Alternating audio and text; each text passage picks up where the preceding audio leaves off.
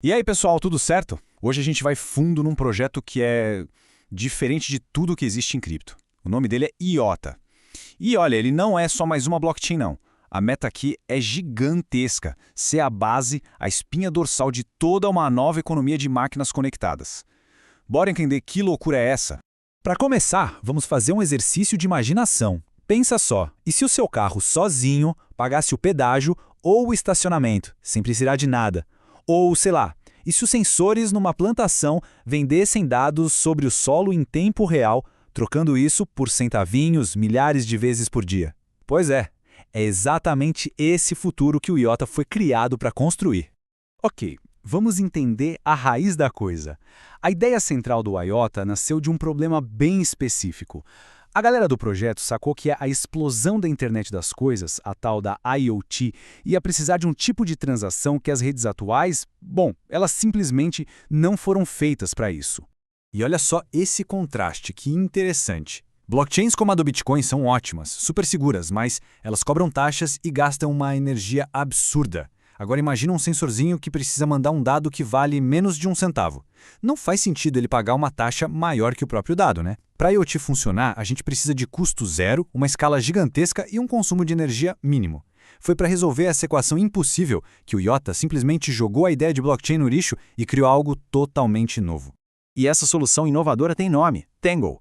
É aqui que o IOTA vira um bicho completamente diferente de todo o resto do mercado. Vamos dar uma olhada em como funciona esse motor, que é o coração do projeto. Então, a Tangle não funciona com blocos como a gente está acostumado. Pensa mais como uma teia de aranha. Cada transação nova que chega precisa se conectar e validar duas transações que já estavam lá. E aqui está o pulo do gato. Ao fazer isso, ela mesma se valida. Sabe o que isso significa? Adeus, mineradores. Eles simplesmente não são necessários. E quando a gente tira os mineradores da jogada, a mágica acontece. Se não tem minerador para pagar, as taxas podem ser zero, exato, de graça.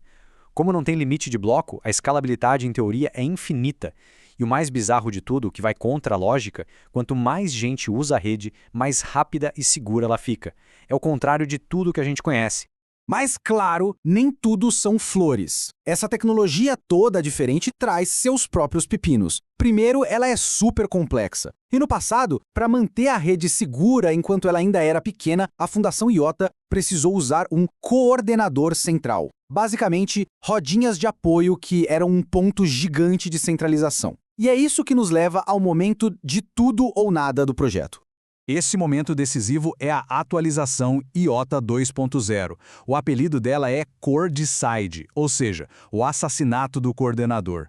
O sucesso disso é absolutamente vital, é a formatura do IOTA. É o que vai transformar a rede de um projeto promissor, mas semi-centralizado, numa plataforma 100% descentralizada, pronta para a briga de gente grande. Beleza, tecnologia animal, a gente já entendeu.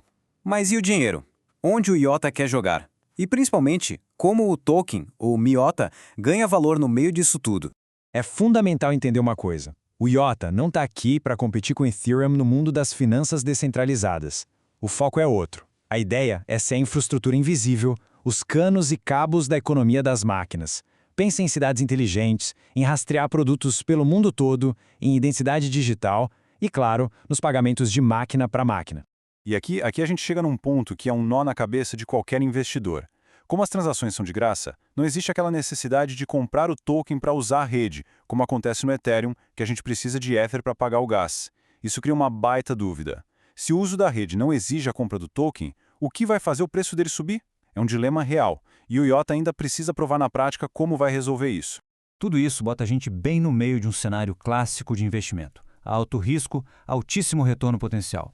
Uma aposta assimétrica. Então vamos olhar os dois lados dessa moeda. O que pode mandar o IOTA para a Lua e o que pode fazer o foguete explodir na decolagem. Se o IOTA explodir, o roteiro provavelmente vai ter esses 4 pontos. Primeiro, empresas grandes, de verdade, usando a tecnologia no dia a dia. Segundo, o IOTA 2.0 rodando liso, sem problemas, provando que é descentralizado. Terceiro, novas parcerias de peso.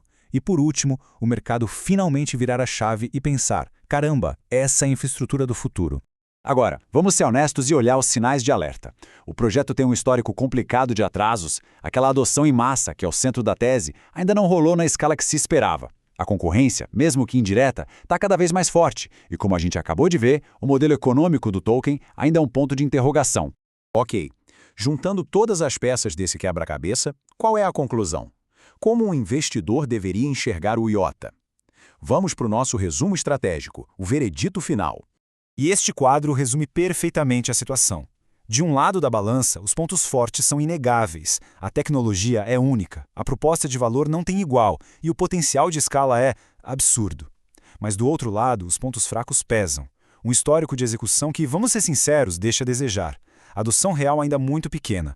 E aquela dúvida fundamental sobre como o token vai capturar valor. Isso nos leva à frase que, para mim, define o investimento em IOTA.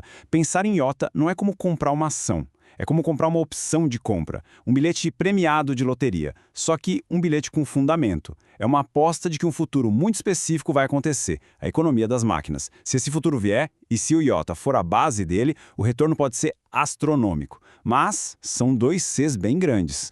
Sendo assim, a IOTA definitivamente não é para todo mundo. É para aquele perfil de investidor que caça simetria, que busca um potencial de multiplicar o capital por 10, 50 vezes e que entende que o risco de ir a zero é real. É para quem tem estômago forte para volatilidade e paciência para esperar. Talvez uns 5 anos ou mais para ver essa tese se provar ou não.